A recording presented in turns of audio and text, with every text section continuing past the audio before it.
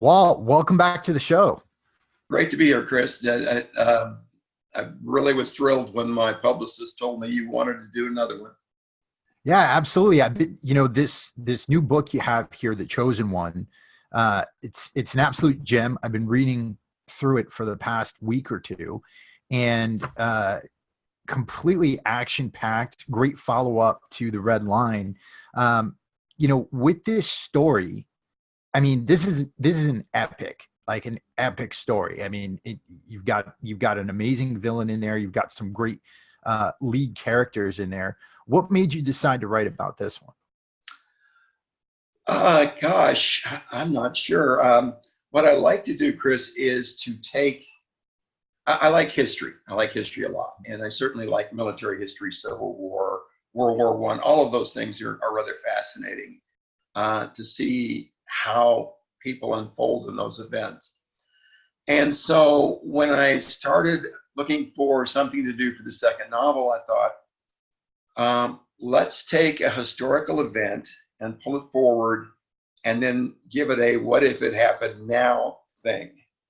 And so and another thing that kind of fascinated me was all these end of days prophecies that religions have. You know, we had the Mayan calendar, and Christianity has revelations and the rapture, and seems like every religion, probably back to the dawn of man, has had a fascination with the end of days. So I was looking at historical events and hopefully something that would tie to an end of days prophecy. And actually, the one that worked was Islam. And I want to assure readers this is not, oh boy, let's kill all those Arabs book. I mean, yes, a lot of them are going to die, but it's really not judgmental about Islam at all. It's simply presenting what is. I like to simply let the reader decide what they think of this. But there's a very interesting prophecy in Islam. It's not in the Quran. It's in a separate prophecy about the rise of someone called the Mahdi, Mahdi.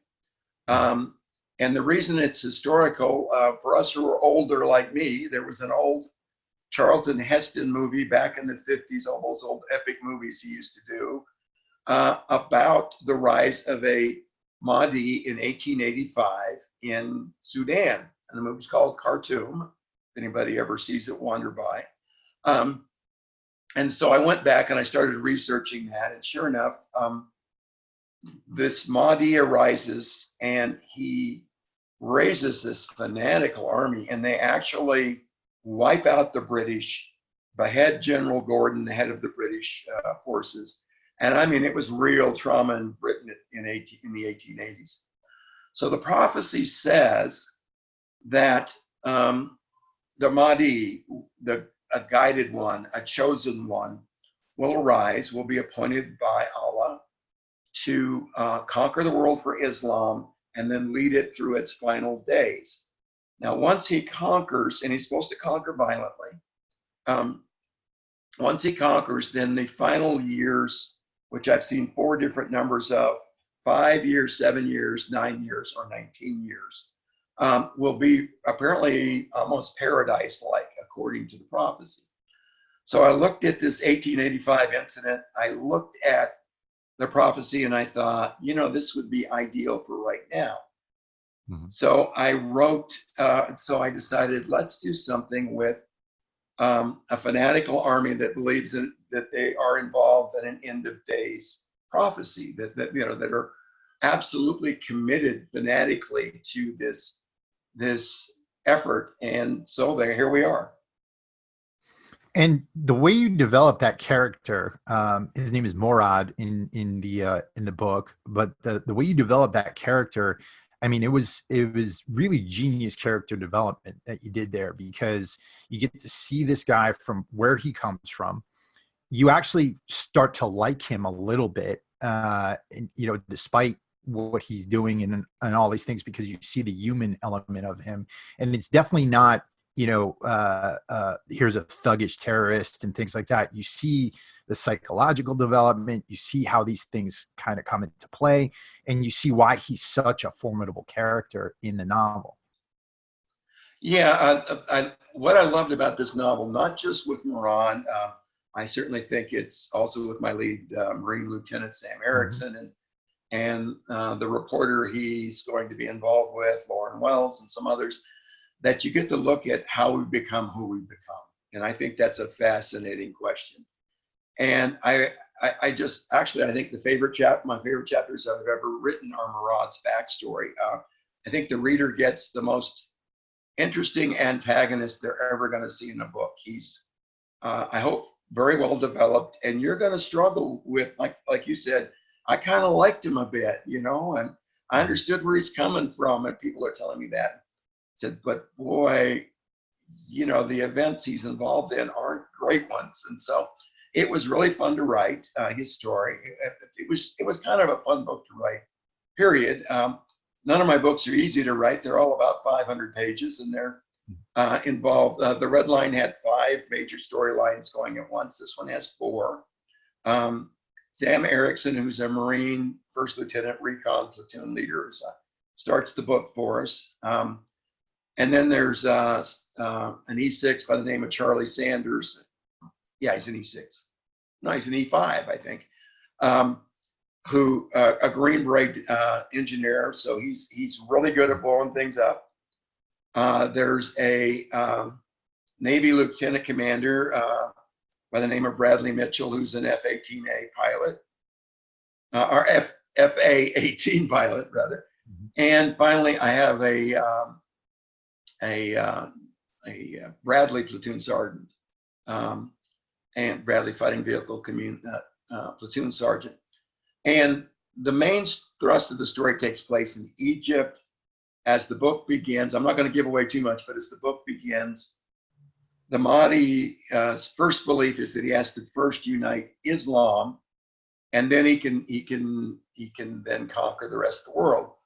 So he goes after the less fanatical, more friendly Islamic country, and he attacks Egypt first.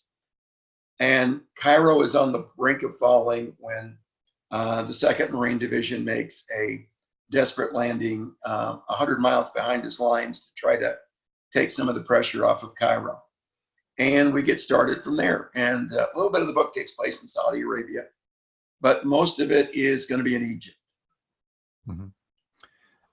A big reason why I love this genre, particularly as it pertains to our audience, is it's not just for the storyline, but some of the leadership lessons you can really get from this type of literature, and I think that goes with if you think about a book like Gates of Fire by Stephen Pressfield, that book has been used to learn leadership lessons. It's been passed around, and I see a lot of that in here as well. Yeah, it's seeing people doing the hard thing, seeing the characters, how they develop themselves, how they put themselves into situations, how they show up.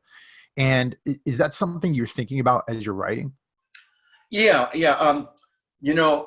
I've got to admit, I got a little dinged by the hardcore techno thriller fanatics on the Red Line because I'm not fascinated with technology. At my age, I did just fine without technology for most of my life, and the world was a struggle in those days, but it was okay. And so all this new stuff is great. I certainly enjoy having the internet and cell phones and everything. But I'm not that fascinated. Most of the modern day stuff, the espionage stuff, the military thrillers are much too focused on introducing every button and switch on the latest weapon. And I don't really care about that at all. The weapons, while they're important to what you're doing, obviously, it's the person behind the weapon that counts. Mhm. And so I was in the Army for 12 years, and then I spent 8 years as a Department of the Army civilian. And I know very well how interesting those guys are. And I was lucky enough to do a joint service assignment when I was at European Command Headquarters back in the Cold War. So I got to spend 3 years with Marines and sailors and airmen, very up close, right next desk over. And so it was really neat. It's fun to take a character like a cocky 23-year-old Green Beret Charlie Sanders, who's very, very good at what he does, and put him out there and put him in situations that make him less than comfortable, and see how he reacts. And so, and the same certainly with Erickson. I absolutely love the cover on this book. Normally the writer has no say over the title of the book or the cover. And as you can see here, that's Erickson. He's got his head down. He's exhausted. And what's great about the cover is that at least that you could say that particular moment on the cover matches 3 or 4 scenes in the book, because that's what we're going to put Erickson through. And it was really great with this one because my publisher kept my title, and they sent me 4 covers and let me actually pick. With the Red Line, they changed the title to what it is. They picked the cover, but they were nice enough here. And I had 2 fantastic ones, and this was the one that just seemed to fit the feeling I'm trying to give in the book perfectly. So I absolutely love the looks of this book. And said I've had some great reviews recently. I had a fantastic one last week from the Providence Journal newspaper, where he started his review in such a neat way. He said, when it comes to writing military thrillers, Walt Gragg is the chosen one. So I really love that. And then he went on to compare the chosen one to From Here to Eternity and Winds of War, which that's putting me out there a ways. I'm not sure I'm comfortable with that, but I'll take it, you know. So this is really, it's quite a ride when you're doing this. It's getting published is brutal. Aspiring writers take years and years and years. I did to break in, and then once you break in, you still got to fight to stay there. And in fact, I'm sure readers don't know it. People in general don't know it, but 65% of people who are lucky enough to get a professionally published book never get a second one. They're not even offered a second book. I got really lucky here. Not only did I get the chosen one, but I got a 2-book deal. So there's a follow-up to the chosen one, which I'm tentatively calling The Long November, that I'm writing right now, where Erickson and Sanders and Lauren Wells and a bunch are going to come back. So we're very happy and pleased to have the comfort of 3 books for sure, and hopefully more than that. And so you said there's 4 different storylines going through here, and we see that. And when you're creating the structure for these storylines, is there a particular formula you're following? Do you have to keep things organized in your mind? Are you drawing things out on a board, or is it very much, you know, right as you go along? It's really funny because every writer is different on how they do it. I just did I did 5 book signings last week. The book came out last Tuesday, and then I did 5 signings. 2 of them were with Mark Cameron, who was putting out on the same day the latest Tom Clancy novel. And Mark would have done what you said. He very much outlines everything, very detailed about it, very precise. Not me. I know the beginning of the book. I know the end. And I obviously had in mind Erickson, and I knew I would use Charlie Sanders. The other 2 just kind of appeared. I'm not much of an outliner at all. I kind of outline as I go. My wife and I'll sit down when I finish. I usually write like 3 or 4 chapters at once, and who knows which one I'm writing on today. I might write chapter 17, or at least parts of it, before I write chapter 13. Whatever just kind of is flowing through my head that day. So if I really get on a roll with my Green Beret guys, I might jump ahead and skip a few chapters and write where they come in next, even if it's a few days earlier, knowing kind of what's going to be in between. So when we get to the next grouping of 3 or 4 or 5 chapters, we will just sit down and I'll do a little, just like 4 to 6 notes that I'll put on my manuscript that I'm going to write the chapter from. Make sure you cover this. Make sure this happens to Sam Erickson. Just kind of that. And then I don't even write the chapters in a linear manner. Sometimes I write the end of the chapter first. Sometimes I'll throw a couple paragraphs in the middle. Sometimes I'll write the beginning. It just depends on, again, what words are coming out. And people say that sounds really complicated, but it's actually pretty easy for me, because what it does is if I get any sort of writer's block on Sam Erickson, I jump ahead and write Charlie Sanders or Bradley Mitchell. And by the time I finish their 1 or 2 or 3 chapters, I come back and Erickson's ready to go here. So I'm never really stumped on what to do, because I don't know, I consider it like putting together a 150,000 piece jigsaw puzzle, so and somehow when I'm done, the pieces all fit together. You can't just write it once. I probably look at every word 80 times. So sometimes I've got, some rough chapters in the beginning, but by the time they're through, I'm happy with them. And there are always sections you love more than others. It's kind of funny, because my editor is legendary. He edits all the Tom Clancy books. He's done Webb Griffin, who did a lot of the Marine stuff that was so famous. Lots of huge writers. And when he was doing his edits, which turned out to be really small on the chosen one, he got to a section that I'm not going to, it would be a spoiler if I told readers what it was. It involved Bradley Mitchell and the F-18 folks. He said, wow, that was really good. And to me, that was like a chapter I wasn't all that excited about, so you just never know what's going to grab the reader. I hope lots of different things do. One of the things I got from this is, as you're reading this book, you actually feel like you're there on the battlefield at times. And it's really the descriptive language you use and the number of adjectives. I mean, like there's adjective. I was going through the sentences. I was actually looking at the pattern of the sentence. There's adjectives in every sentence. Is that something that comes in at the beginning, or do you add those in as you're going along? Usually that happens during the rewriting. It's very interesting. A lot of writers write a lot of dialogue, and honestly, dialogue is really fast to write. I can write 20 pages of halfway decent dialogue in a day. Hi, how are you? I'm fine. How are you doing? You got half a page.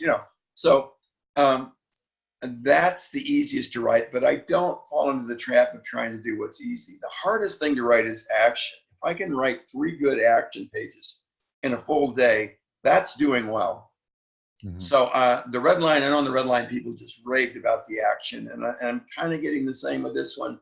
Yeah. I work really hard in the action, and what seems to make the action word, and you're right, at work, you're right, is that I use a lot of adjectives.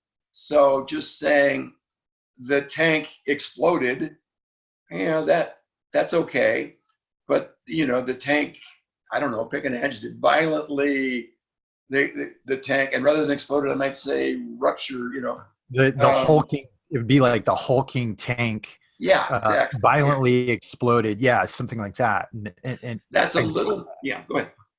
No, I'm just saying I got that from the beginning as I was going through, and I was like, wow, this is extremely descriptive. You feel like you're right there with everybody in going through what they're going through. That's the idea. That's what I want you to do, is be standing there in the battlefield with Erickson. But what you try to do with action is, yes, I use probably more adjectives than most people, but I like it. And it does seem to make it come alive. And when you get to the action, I like to mix the sentences. You get some really longer, complex thoughts. You get some medium stuff. But when it comes to action, you want to keep it short. The tank ruptured, pieces, period. Pieces flew 20 feet into the air. 2-ton pieces flew 20 feet into the air. You try to make those sentences real fast, because with the action, that makes it move. The complex stuff is really good when you're trying to present complex ideas or just lay kind of a descriptive groundwork. I'm not a huge fan of description. I believe readers will figure it out. I mean, just because I see the door as being on the right side of the room and you see it on the left won't make any difference for the most part. Right. When it does, I'll tell you. But I do write enough description to get you onto the battlefield with them. And then hopefully you feel a whole bunch of what they're feeling. And how long did this take? How long did it take you to write? Oh, I get asked that a lot. I can't tell you, Yeah. because it's obviously it's not short. It's not quick and easy. I don't like quick and easy books. I like something with depth. I like something that says something. And so I like to read books that say something. I like to write books that say something. So it's hard to know, because I'll be doing various things. I'm working on the Long November while I'm also have the Chosen One coming out. And how much of each day I'm spending on each one depends. So it's hard to know. I don't really sit down and say, okay, this is the day I started and this is the day I ended. There's never really an end. I mean, I'd go back right now if my editor let me and rewrite the Chosen One more time, although he'd think that was silly, and you probably would too. That's just the way it is. You just want to make it better and better and better.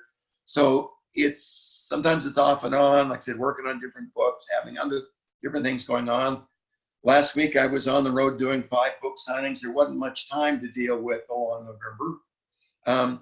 And so it's officially I started it whenever. So I never really know, but I do get asked that all the time because the books are complex and rather lengthy. I said, I want to give you some meat on the bone. Now, I want to get into a little bit for those at home who might feel like they have a book inside them and who might feel like they want to go down this path. What would your advice be to somebody who was interested in writing a book? How should they start? Is it just a matter of sitting down and writing, get your ideas out, or is there anything they should look to, or any type of preparation you would recommend? Well, that's a great question. If you can just sit down and start writing, for me it was trial and error. I assure you, the first draft of the Red Line was pretty awful, But I had the story, and I knew to go back and go back and go back and go back. And so even with the Long November, nobody writes perfect right off the bat. What you want to do is get the story down. You can always, my goal is to make the words leap off the page. I want them to leap off the page for the reader. And so when I just keep going back and back and back through it until I get that feeling that they're leaping off the page. But for a new writer, number one, if you want to start right away and go and just leap into it, write about something you know. If you were a Marine, write about being a Marine, or if you did something else in life that you think might make an interesting story, just start with something you know. It makes it a little easier. And it cuts down the amount of research. I do plenty of research as I go. And people ask me all the time, well, you do the research first or during? And it's both, actually, but I do a lot during. What I would encourage them to do are 2 things, or at least one thing. Number one, join a writers group. Like here in Texas, I'm in Austin. The Writers League of Texas is excellent. They have classes every week. Most of them, you don't have to be in Austin. You could be in Amarillo and take the class, because they'll have a podcast of the class, and you learn the techniques. Number 2, buy a book on or some books on how to write. Just some good things. Definitely buy a book on how to format a manuscript, because there are a lot of rules about how you have to format it to send it. Your first goal is going to be to get a literary agent, and that's a nightmare. Once you've got a completed book and you're really happy with it, the biggest rule is it's got to be ready before you send it to anybody. Make it the best it can be.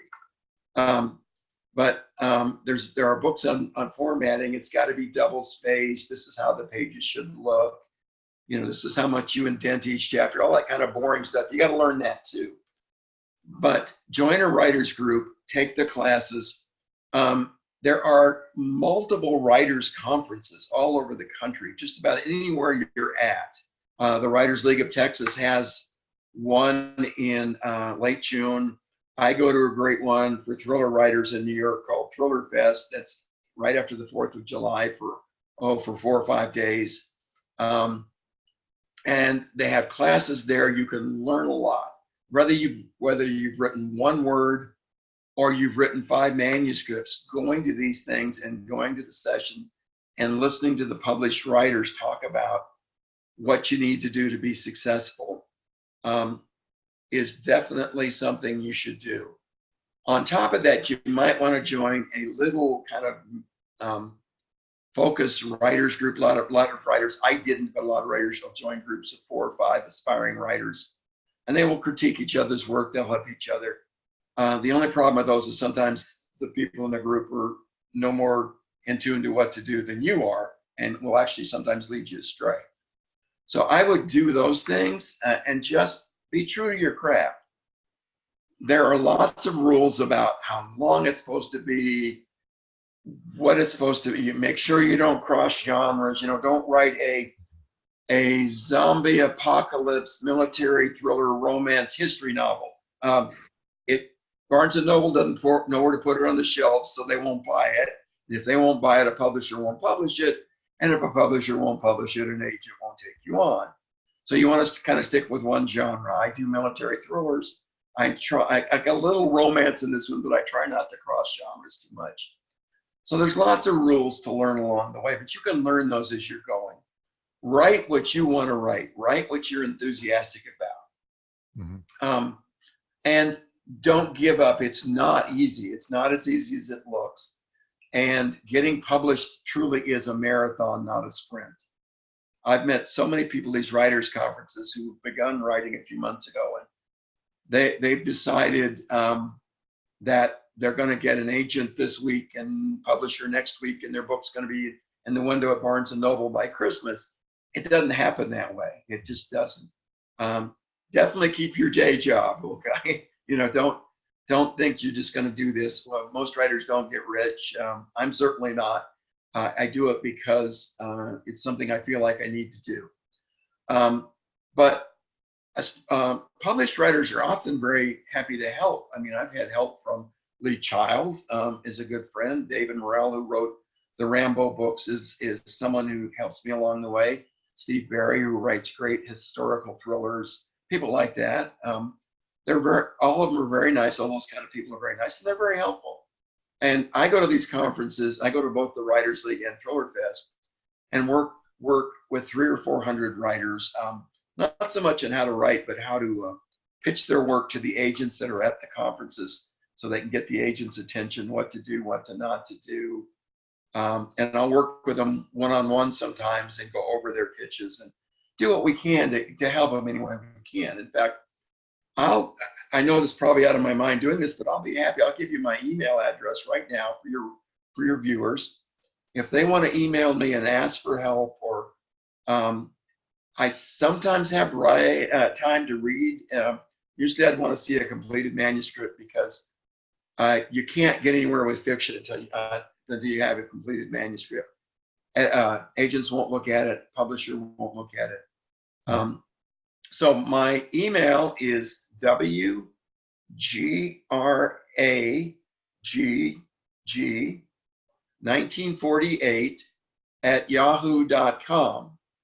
And like I said, if they want to get started and they want some help, that's wgragg1948@yahoo.com. I will be happy to help. Sometimes things are a little hectic, usually like when a book's coming out. I've got a deadline for the long November that I'm already starting to push, but we'll do what we can. A lot of writers helped me get in, and I have promised to pay it forward, and I'm serious about that. Mm-hmm. I try to help whenever I can. So if they want some advice, come see me. But the easiest thing as a writer is do your homework, learn how to become a writer, have a great story. Even if you don't have all of it, just kind of this basic idea like, oh, geez, I'm going to do this thing about this end of days guy in Islam, and see what happens. Outline in detail if that works for you. Whatever works for you works for you. So don't worry about all the rules until you get closer to getting published. And then you might have to conform a little bit to make it fit the rules. But I break so many. You're not supposed to write over 100,000 words. My first book was, the red line was 154,000. The Chosen One's 146. That caused me to not get in as quickly as I'd like, but I got in. Ultimately, it comes down to the words on the page. And one thing I think a lot of people don't realize is that it's not as simple as just getting a book deal and then you get a major publisher and then they're doing your marketing for you, and then all of a sudden you got a bestseller on your hands, right? There's a giant marketing component that happens after the book's getting published, right? Absolutely. I'm with the Berkeley Publishing Group at Penguin Random House, which is, I think, is the biggest publisher in the world. And they do a lot. For example, starting last Tuesday when the book came out, they are doing over 1 million impressions, they said. I'm not sure what that means exactly, on Amazon, Google, and Facebook of the book, and they're doing their part. But some publishers, like my publisher, won't pay for the book signings. I had to pay to fly to Phoenix last week. I pay for the book signings.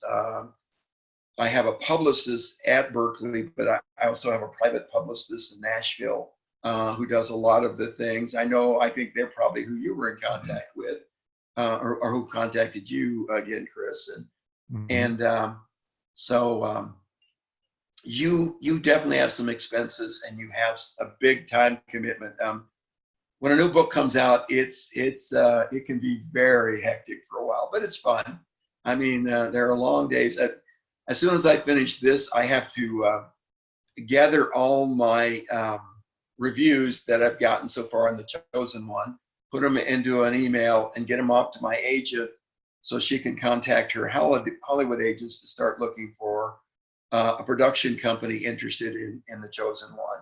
So that'll take an hour or so, and then I've got to go down to a couple of bookstores here in Austin and do what they call stock signing, where you go in. I'm sure many of your listeners have seen it, where they've gone in a bookstore and there's a little autograph sticker on it. That's where most of them come from. The author drops by, signs the copy, they put a sticker on it, and I like to do that whenever I can. I did them in Phoenix and in Houston last week, and in Dallas. I'll do them in San Antonio next week when I'm down there. And today I'm doing them in Austin. So it's already a pretty full day. I got to admit, the thing I look most forward to is not gathering emails from my agent or doing stock signings. It was being on your show. I really liked it last year, and I'm thoroughly enjoying today. So this is still work officially, and it's part of my job, but it's a part I kind of like, especially when the reviewer has read the work. The only time on radio shows that I don't enjoy them is when a person hasn't read it, so they're kind of fumbling around. But those who've read it are usually very enthusiastic about whether it was the red line or The Chosen One, and so I like doing them. Like I said, they have to all be scheduled, and you work around them. And geez, can I work on the Long November tomorrow? That kind of thing. So, but it's all part of this. Being a writer in a lot of ways is a job. You've got to put the hours in. So. You got to treat it like that. You mentioned that you're going to be shopping this around to producers. If this thing goes on screen, it's going to be epic. I mean, like just the amount of action and the scenes are going to be absolutely incredible. Well, who knows? I mean, there is a tendency in Hollywood to kind of mess up the book. I don't know how many times I've walked out of theaters and heard somebody say, "Wow, they sure, that's sure nothing like the book." Yeah. But I came really close with the red line to getting. They were going to do a 9 or 10 episode kind of Band of Brothers type miniseries with it. I was the producer who had done the Transformer movies had it, but putting a deal together in Hollywood, getting a book deal is slow. Getting a deal in Hollywood is glacial. So you just, it just never came together. So now we're looking at The Chosen One, and yeah, I think it'd be great for a movie or I know they don't call them miniseries anymore, but a limited series thing on Netflix or Amazon or HBO or whatever. So we definitely pursue that also, but usually we wait until right about now when the books come out. And then we'll go after Hollywood and see what happens. Said it's not the first thing we do, but it's something we always pursue. It's awesome. With so with a book like this, you said you're working on the next one right now, The Long November. When do you think The Long November is going to be out there? It'll probably be at least a year or two. It won't be anything too fast. The process of getting them out there is quite complex. I signed the deal, the 2-book deal for The Chosen One and The Long November in August last year. So it came out 15 months after the deal, which is really quick. The red line took almost 3 years after I signed the contract before they brought it out. So, and that's not unusual. Once if I ever get a big name, then it'll be quicker for them to bring them out. But I'm perfectly happy. It gives me time to make sure the books are up to the standard I want them to be too. I don't want to just throw something out there because we need to throw something out there. And I know everybody's run into writers where it's obvious that happened to them. Their publisher wanted something in a hurry, and book number 3 or number 6 or whatever just kind of not very good, so it happens. Not every book can be perfect, but you want it to be the best you can put out. So I'm kind of glad we're not going to rush it. It'll be at least a year, like I said, maybe 2. And what do you hope people get from this? Is there a big lesson from this book, or is there any overall theme that you want people to get from this? Yeah, like I said, I'd like them to look at how we become who we become and what that causes us to do. It's, yes, obviously there's always the biological element to who you are, but there's also, the societal element to who we are. And I don't glorify war. I certainly did in the red line, and I don't in this one. This is not an intent to go, oh boy, war's fun, war's perfect. All my characters are superheroes. They're not. I like to write about ordinary people in extraordinary circumstances. And like I said, I think the most interesting people, some of the most interesting people in the world anyway, are people who've served or are serving. I mean, they're just, for the most part, a great bunch. There's always that sergeant major you don't take to very well, but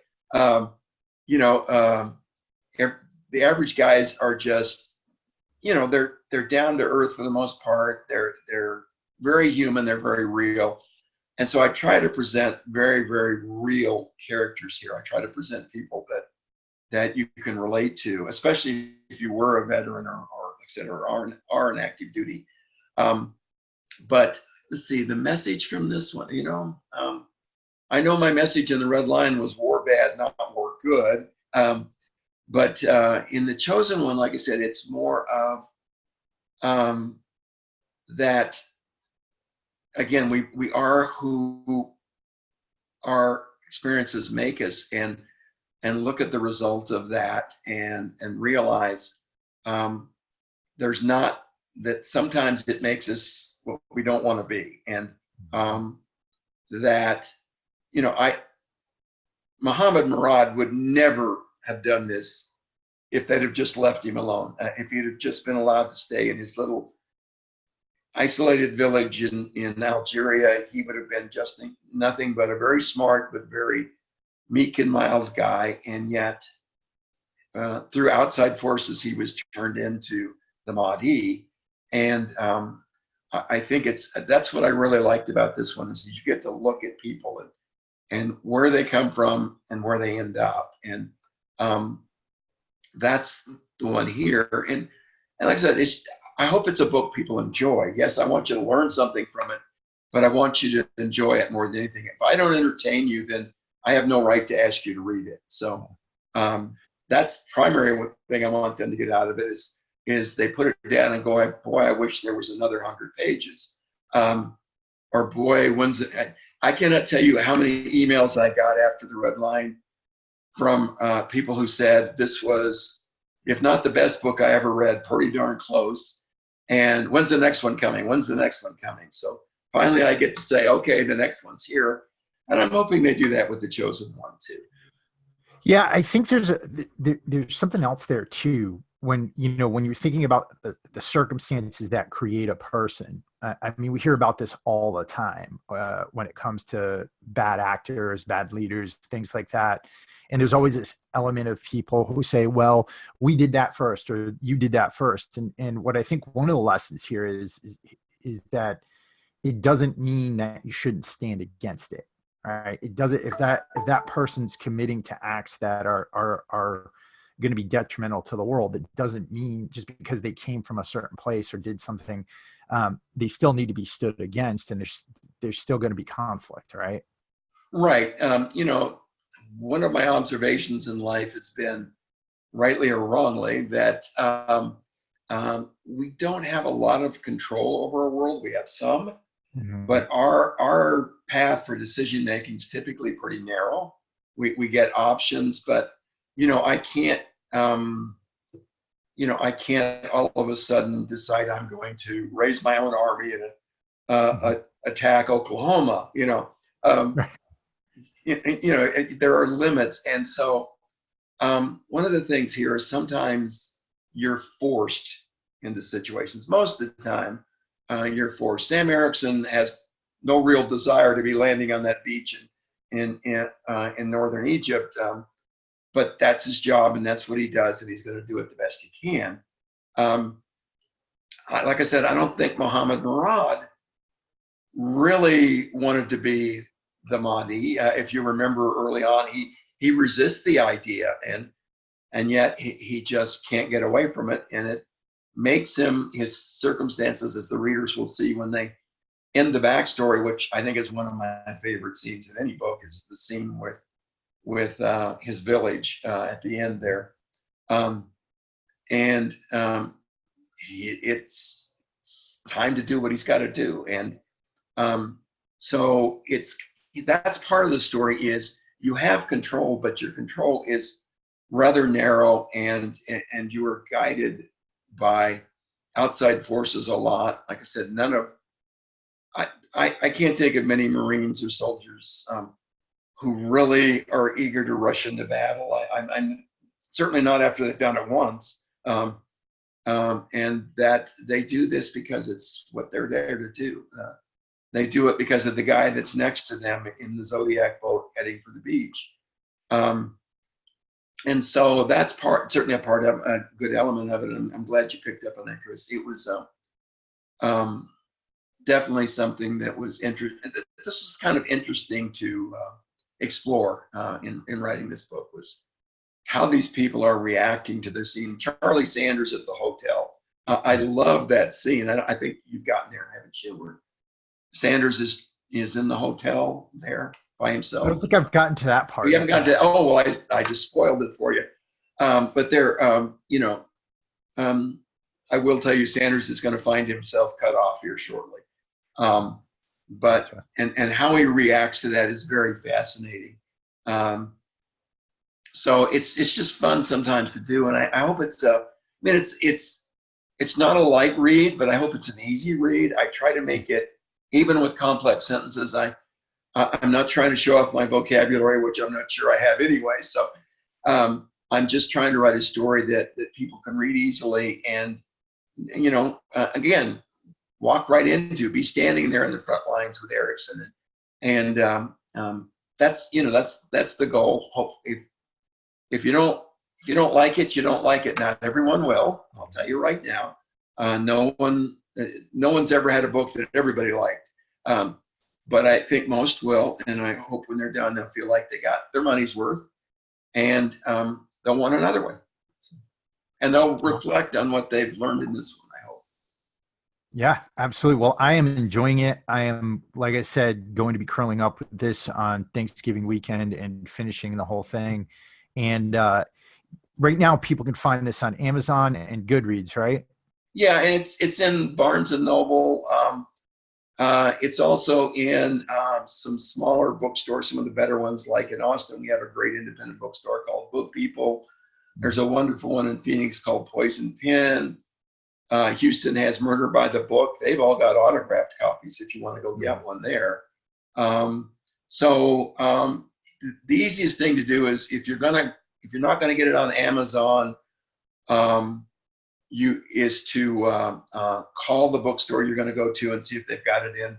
They'll grab a copy for you and put it aside, and you can just walk into customer service and get it. And there's a pretty good chance in certain cities you'll get an autographed copy. And if you want an autograph, quite honestly, if you'll mail it to me, if you're buying it for a Christmas present for somebody, and you'll mail it to me with a return envelope with postage on it, I'll be happy to sign it for someone or sign it for you. It doesn't have to be a Christmas present, but I mean, awesome. I guess I could give you my address. I don't usually do that. we don't have to put that up here yet right now. But all right. Well, maybe they can ask. I don't want people showing up to your house in Austin. Yeah, let's hope not. But actually, that brought up an interesting thing. I was really thrilled that it got the November 19th release date, because that's a date that is reserved for the top writers and the top books to get ready for Christmas sales. And so I was as soon as they offered me that, last October, I think, when we settled on the dates, it was like, oh yeah, I'll take that. So it made me feel like, geez, they at least, I know my publisher believes in the book quite a lot. I know my agent does. I sometimes question whether my wife does, but that's another issue. Now she loves it. This is actually her favorite. I love The Red Line a little better than The Chosen One personally, because it's my first book. But my wife and my daughter and a number of people, it's kind of 50-50. Half say The Red Line's best, half say The Chosen One's best, and that makes me feel like that's great. That's what was my goal, is to make people think, like them both, but have a favorite. Awesome. And for everybody out there, if you want to help Walt out, if you get this book, make sure you head over to Amazon and write a written review for him. Those Amazon reviews help so much in getting the book out there. It helps with the Amazon algorithms and things like that. And Walt's got some great stuff out there. I love The Red Line. I'm really enjoying The Chosen One right now. And I think this would make a great Christmas gift for people, for anybody who's interested in this genre. So awesome. Well, Walt, I want to, thank you so much for coming on again. And number two, just want to acknowledge you. I mean, getting work like this done is not easy. And you've definitely done a great job with this. Any last words for our audience? No, other than say life isn't easy. So considering what most of us go through, writing a book might be on the downside. But yeah, I really appreciate you having me on, Chris. As soon as the publicist told me you were interested in having me on again, I was like, yeah, I'll definitely take that one. So, this is, I'm getting to do a lot of veterans and a lot of military shows. I'm doing another one. I'm doing Veterans Today, Friday evening. I'm going to be, I think, on the radio show. It's great because while I don't just want veterans and active duty to read it, I'd like the whole world to read it. Even people that don't like this genre necessarily like my books. And you want to buy 6 and put them in some Christmas stockings. That won't break my heart. So. I hope every last one of you enjoy it. Chris, I'm so thrilled you're enjoying it. And again, I was thrilled you asked me on. Nothing I like better than, especially doing the podcast. So, absolutely. I don't need that call. So thank you so much. Again, I hope everyone enjoys it. Have a great Thanksgiving. Have a great Christmas. and we will maybe see you with the next one. Absolutely. Absolutely. And everybody out there, make sure you check this book out. It's called The Chosen One. The author is Walt Gragg. And we'll be getting the links up on the show notes for this episode so you guys can go check it out and also write reviews. And to everybody out there, think about some of the things that Walt talked about on here. I'm sure there's some of you out there who do have books inside of you. It takes a lot of effort. It takes a lot of work. But at the same time, it definitely looks like it's worth it. So definitely take advantage of what Walt said up here about offering help. And, this is all about life, guys. So get out there and live your best lives while you can. Thanks again, Walt. Absolutely. Thanks, Chris.